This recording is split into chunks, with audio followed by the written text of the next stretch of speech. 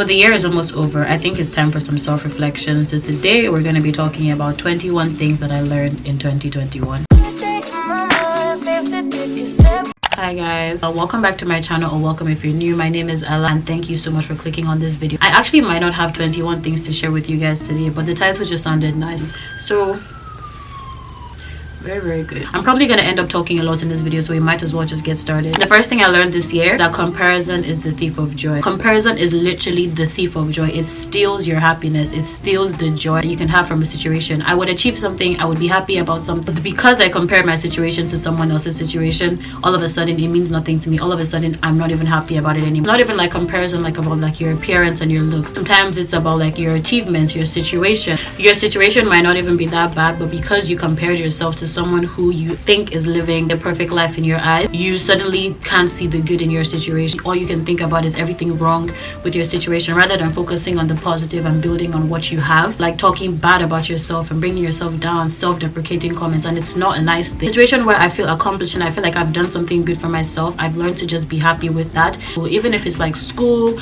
with like grades, having tunnel vision and focusing on yourself and realizing that what you're doing is good for you, especially if it's actually a really good achievement. But just because someone is doing better than you, or you think someone's doing better than you, you suddenly can't even be happy about your own success. This is easier said than done, but it's something that I learned this year and I just wanted to talk about. So another really big thing that I learned this year is gratitude. Gratitude is so important. It's not taking things for granted and actually being grateful for what you have and what life has to offer you. It's always easier to see the negative in a situation, and it's very easy to complain and just talk about every single wrong thing. Learn to count my blessings, because you just never know when things are going so good and like everything is working your way. We kind of get like false sense of entitlement and security, and you just feel like, you know, I'm good. Disasters can come at any given moment in any shape or form, and it's just important to appreciate the things that you have before they're gone. For the little things that you have, be grateful. In a situation with like my travel vlog, I posted like me coming to Canada and everything. So many comments and emails and like DMs and things that I've gotten about coming to Canada, and people asking questions and wanting to come here. The fact that I can even be here right now, considering the circumstances around the world, the fact that I'm alive, I have water to drink, I have food to eat, I'm living under a roof, I go to a good school, become like a coping mechanism for me. Because like if I'm sad or I'm upset, I just remember all the things I'm grateful for, all the things that I have available to me that a lot of people in the world don't. I'm grateful for those things, and I realize how lucky I am to have those things, and then all of a sudden I'm just not as upset about things anymore. The next thing I learned this year is that tough times do last. Now this might sound like, I don't know, there's this saying that goes, tough times never last, only tough people last. The pandemic has had its like what 2-year anniversary now. Tough times have been lasting. It's very easy to give up. The situation that we are in the world with so much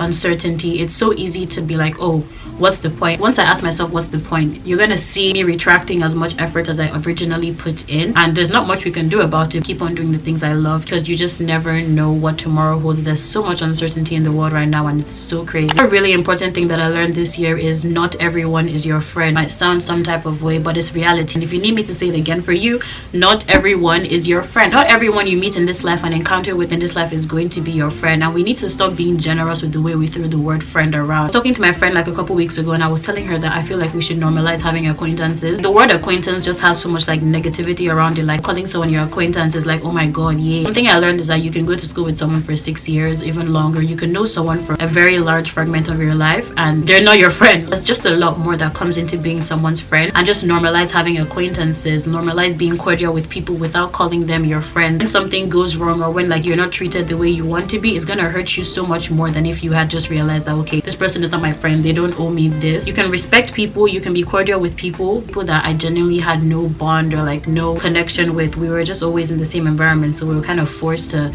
I guess, interact with each other or whatever. But then coming to realize it, they're not really your friends. The thing that I learned this year is that you're entitled to your own definition of fun. I feel like as a teenager, like fun is kind of defined by like always being out and always doing this and whatever it is that you consider to be fun for yourself. Not everyone has the same interest, not everyone likes the same thing. If fun is literally staying at home all day, treating yourself, doing that self-care, doing the things that you love, even if it's alone, you don't even need to be with people to have fun. I feel like we need to stop kind of defining fun for people before they even get to define it for themselves. The second you're not doing these certain things that people consider fun, it's like you're boring or you don't know how to have fun, or as they say from where I come from, you're a dead guy. As long as you're not doing something that's morally wrong, fun is whatever you decided to be. I don't necessarily have to like conform to like what society tells me fun is meant to be. The next thing I learned is that knowledge is power. Being a knowledgeable person is one of the most powerful things that you can ever have. Like, be it like academic knowledge, be it like street smarts and just emotional intelligence. Like, if there's one thing that I pray for a lot, it's like wisdom and understanding. Just knowing things and being able to talk about things and sharing my knowledge and learning new things from other people. It's so beautiful. There's no such thing as knowing too much. Life is literally a lesson. There's so much you can do in this world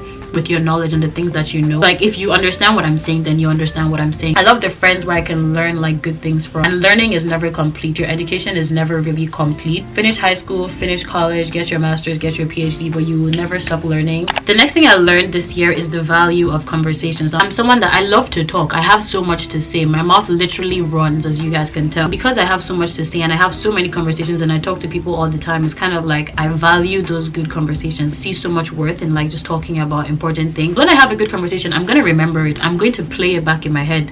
Like, that's how much I value good conversation. Like, I will never get tired about talking about the deep stuff, the real stuff. Like, I love a good conversation. It's one of my favorite things to do, like just talk about stuff. I aim to spend my time having more valuable conversations. Next thing I learned this year is humility. Being humble will take you so far in this life. The reason that I think humility is so important is because everything you have can be taken away from you in a second. You can have everything, tomorrow you have nothing. When you're a humble person and you lose or you face a setback or something happens in your life, people are going to want to gift you, people are going to want to help you, people are going to want to lend you a hand. You're just always returning all the glory to God. He is the reason why I have everything that I have. Like, as much as you celebrate your successes and you feel good about the things that you achieve, just always remaining humble, so important. Next thing I learned this year is that hard work does pay off, even if it's temporary. Like, I'm the overachiever. I'm the girl that's going to get 99% and fight the teacher for 100. Because when I see myself setting out my heart to do something, seeing like the result is one of the most precious moments for me. Like, especially when I know I've been through so much,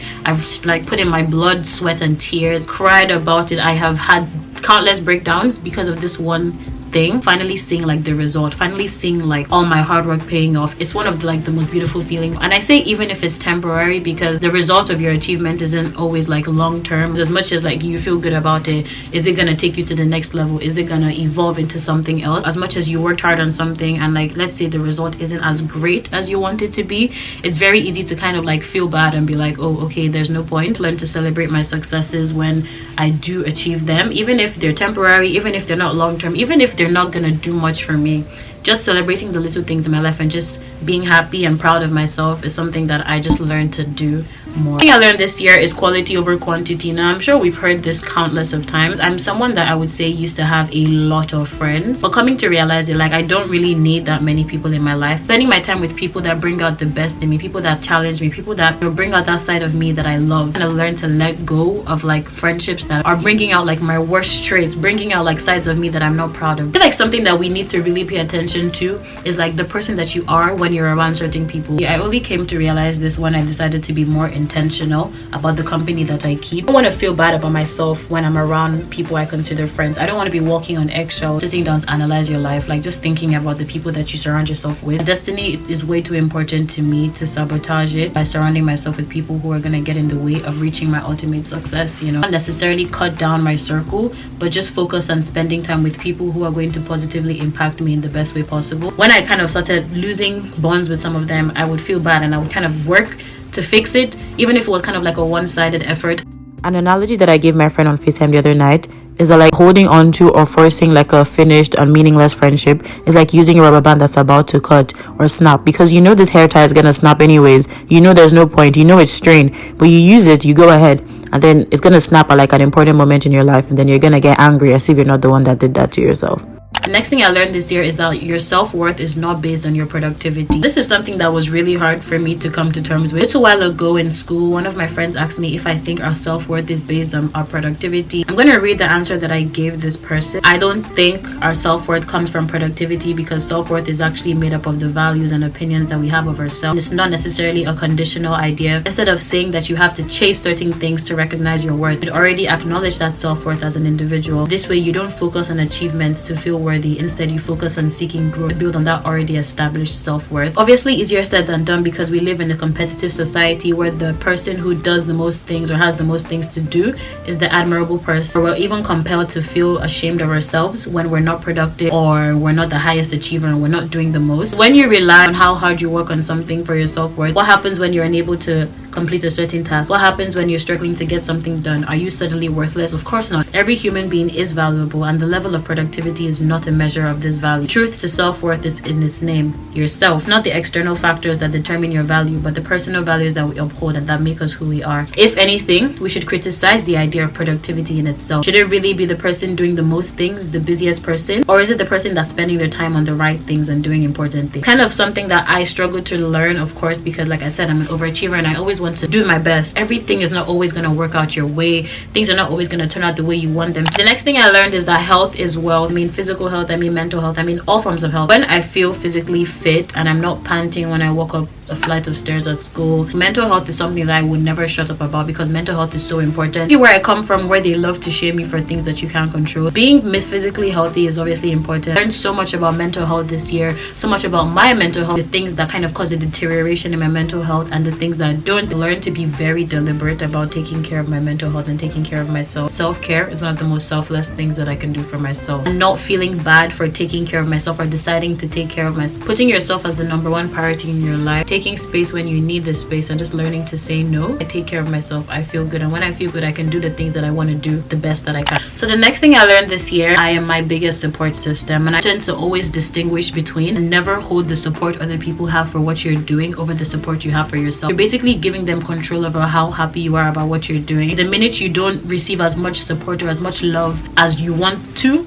or as much as you think you deserve, you're really gonna feel bad about the things that you're doing. You're not gonna be proud of yourself anymore. You're not even gonna like feel good about what you've achieved and what you've done because certain people aren't giving you as much support as you want them to. Don't get me wrong, it's great to have supportive friends, it's great to have supportive family. Like, who doesn't want that? Knowing that the people around you like are really like your biggest fans and like what you're doing, it's a great feeling. I feel good about the things that I'm doing. It's making me happy and it's what I love to do. Proud of what I'm putting out there for the world to perceive. I'm my biggest support system. There's no one who can support me as much as I can. Forget about those 5 friends that didn't give you the support that you want. When you're succeeding and when you're doing something great, when your name is being called out in the big places, they're gonna want to be part of that. They're gonna want to feed on your success. Being your biggest support system is one of the best things that you can ever do to yourself. Another thing I learned this year is that you can't please everybody. You can't make every single person in this world happy, and that's not your job. Learn to kind of just look out for myself and just put myself first. You just can't please everybody. Like, it just doesn't make sense. Like, it's just not possible to please every single person without hurting yourself. I know people pleasers and I know how they move. They're gonna lie and do this and do that. They don't want this person to be angry at them, but they also don't want to lose this person, but they also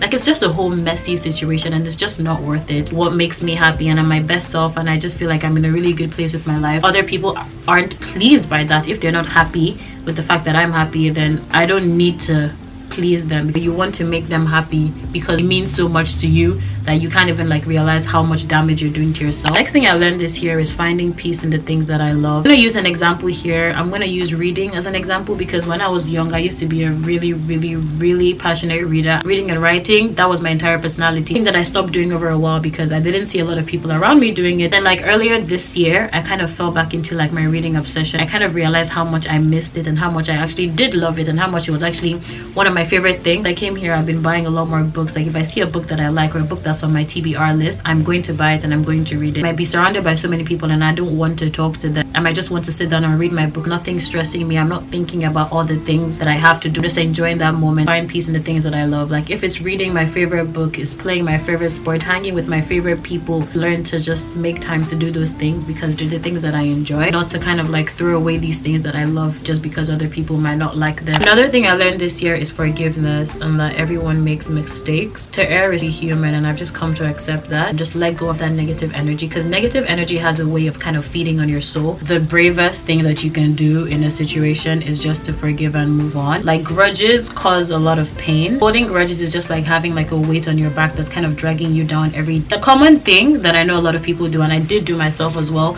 catch yourself saying I don't care, spending so much time being angry at this person when I could be spending that time doing something to evolve myself. Forgiving people doesn't also automatically mean that everything is back to the way it used to be. As much as I forgive people and I'm genuinely like not angry at them anymore and I'm not holding that grudge, someone can forgive you, someone can genuinely be over the situation, but they might just not want to be your friend anymore. They have every right to do that. Forgiveness and like analyzing the situation and acting accordingly go hand in hand for me now. One thing I learned is that it's okay to not be okay. I'm not a robot. I'm not programmed to be happy 24/7, and it's just not going to happen. Things are not always going to go your way. It's okay to have these feelings, and these emotions are normal, because I used to hate being upset about things, and I would literally get pissed at myself for being upset. It has a lot to do with the fact that I come from a place where you tell your African mother that you're depressed and she's going to tell you to get off your phone, that your phone is the cause of all your depression and all your sadness. That's what your African mother is going to tell you. She's going to tell you to come to the kitchen and learn how to cook egusi soup and you're going to be healed. I didn't even know a lot about mental health until recently, and it's often seen as like weakness to like obviously not be okay and like to talk about these things when it's actually totally normal. If you know me, I've always been a suffer in silence type of person, because sometimes I actually convince myself that my feelings do not make sense.